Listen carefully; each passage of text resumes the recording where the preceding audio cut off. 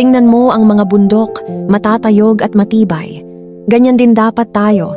Kahit anong bagyo o hirap ang dumaan, manatili tayong nakatayo at lumalaban. Hindi madali ang buhay, pero ang ganda ng tanawin kapag nakarating ka na sa dulo ng paglalakbay. Ituloy mo lang ang laban, para sa pangarap, para sa pamilya, at para sa sarili mo. Darating din tayo sa tagumpay. Minsan kailangan mong tumingin sa malayo para ma-realize mo, maliit lang ang mga problema kumpara sa ganda ng mundong nakapaligid sa atin. Ang bawat biyahe, bawat hirap ay may patutunguhan. Hingang malalim lang, kaibigan, may magandang naghihintay sa dulo ng daan. Ang ganda ng tanawin, pero alam mo ba? Mas gaganda pa ito kapag naramdaman mo na nasa iyo na ang lahat ng pinaghihirapan mo ngayon. Ang lahat ng sakripisyo at pagod, mapapalitan din ng ngiti at tagumpay.